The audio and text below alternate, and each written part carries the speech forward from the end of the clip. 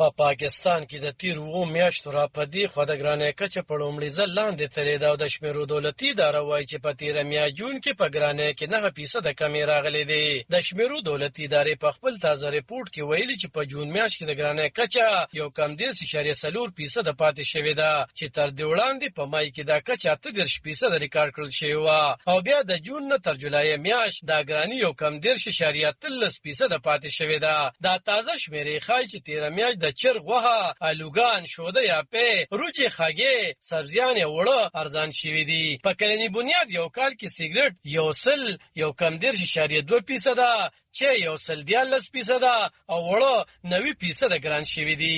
خو همدغه شان په یو کال کې د روجو بیه 3%، د الوګانو بیه 15%، د غنمو بیه 2%، د کتابونو او کاپیانو بیه 114%، د ګیز بیه 2.8% او د کورنو سامانونو بیه 40% په بره تللې ده. د پاکستان د خزانه وزیر ساغډار د جون میاشتې په ګرانۍ کې د 9% په کمې راتللو ولسته مبارکي ویلې ده.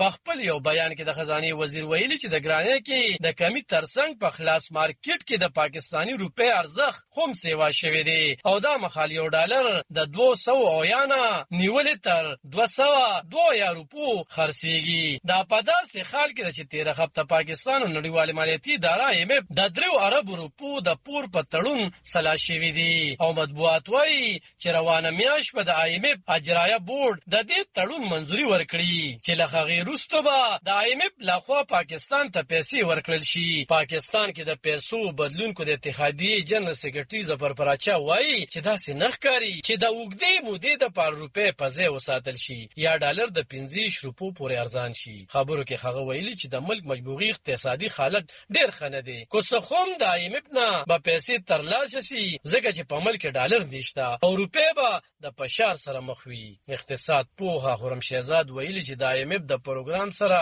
د پانګوالو اعتماد په ښه کېدو ښکاري ځکه د ونډو بازار په بره لاړو. وړاندې حالت ګډ وډ او هیڅ درک نه کېدو. خبرو کې هغه ویل خو د IMF سره تړون نه وي شوی نو د ملک دیواله کېدو خطر وه. پانګوال په یره کې وو. اوس د 6 نه تر 9 میاشتو دپاره موقع ترلاسه شوي بهرنۍ پانګونو ته اړتیا ده. علب خان شیرپو، دلبر نیوز 400 په پاکستان.